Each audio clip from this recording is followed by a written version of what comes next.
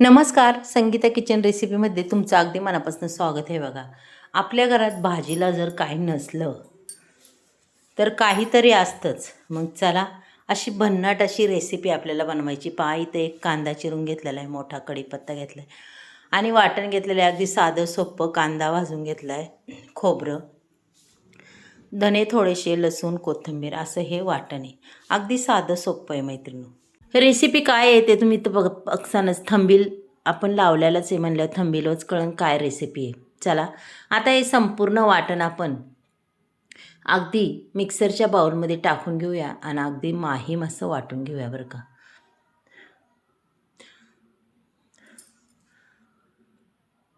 इथं मी तुम्हाला सुरुवातीला वाटणच दाखवले आणि भाजी काय करायची ते तर अजून नाव सांगायचे.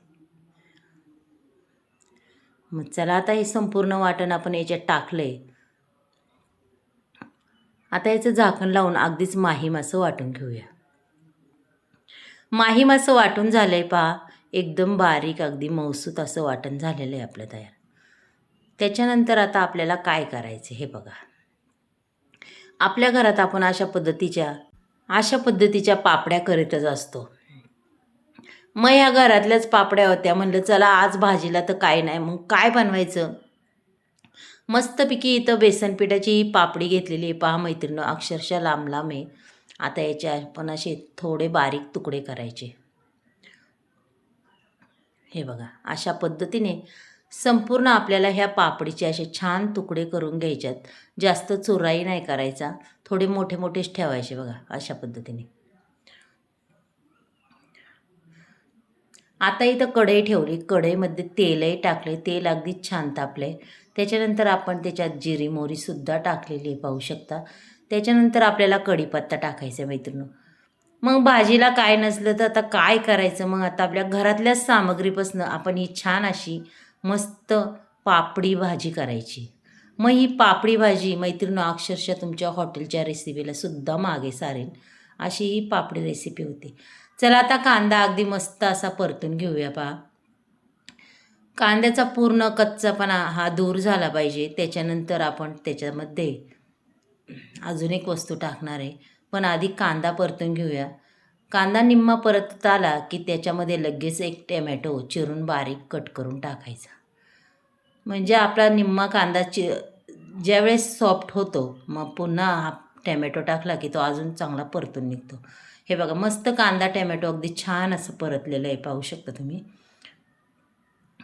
त्याच्यानंतर आपल्याला याच्यात काही बेसिक मसाले टाकायचे आहेत पहा. धना पावडर टाकायची,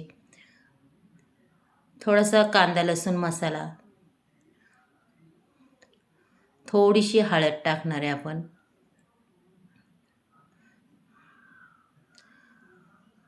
त्याच्यानंतर थोडीशी 1 चमचा बेडगी मिरची पावडर टाकणार आहे. तुमच्या घरात जेवढे मसाले असेल तसे तुम्ही तुमच्या अंदाजाने टाकू शकता. भाजी जर जास्त करायची असेल, मसाल्याचं प्रमाण थोडंसं वाढू शकता. पहा, आता इथं हे मसाले मी टाकून घेतलेले आहेत, पाहू शकता. त्याच्यानंतर इथं मी कोल्हापुरी थोडासा मसाला टाकणार आहे पहा. अगदीच चव अगदीच छान लागते कोल्हापुरी मसाले. त्याच्यानंतर काळा मसालासुद्धा टाकणार आहे पहा, अर्धा चमचा. हे बघा, अंदाजेच टाकायचं की आपल्याला नेमकं कळतं अर्ध्या चमच्याचं माप. काळ्या मसाल्याने अगदीच भाजी अगदी टेस्टी होती पहा. आणि त्याच्यानंतर लगेच आपल्याला जे वाटण आपण माहीम करून घेतलेलं वाटण आहे ते सुद्धा टाकून द्यायचे. संपूर्ण वाटण अगदी पुसून असं मी टाकून देणार आहे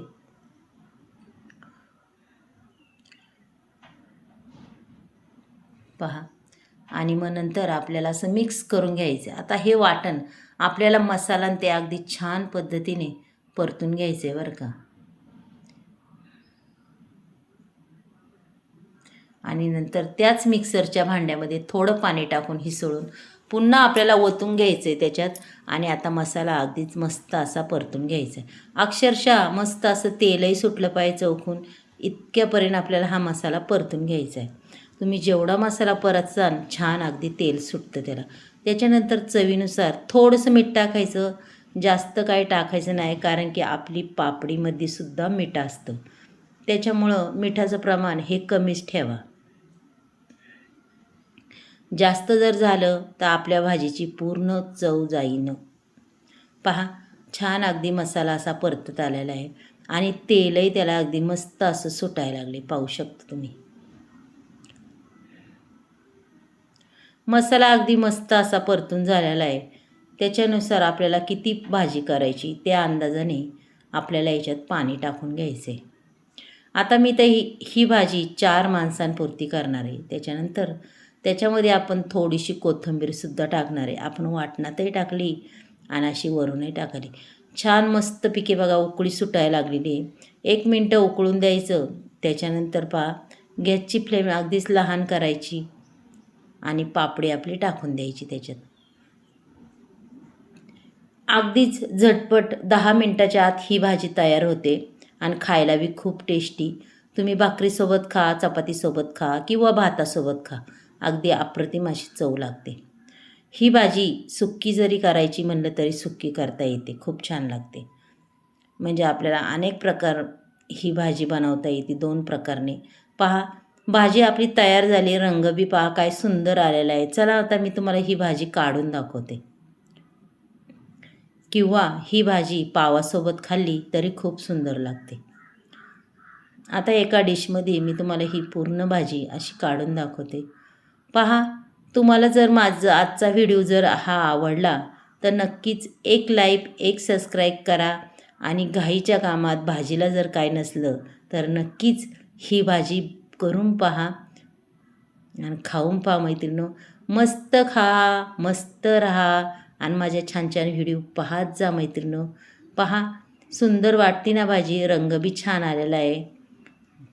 मग तुम्हीसुद्धा अशा पद्धतीने भाजी करा आणि मला कमेंट बॉक्समध्ये नक्कीच सांगा मैत्रिणी कशी वाटली भाजी. वाटते ना छान, अगदी हॉटेलसारखी. मग चला मैत्रिणींनो, आपण उद्या भेटूया. बाय.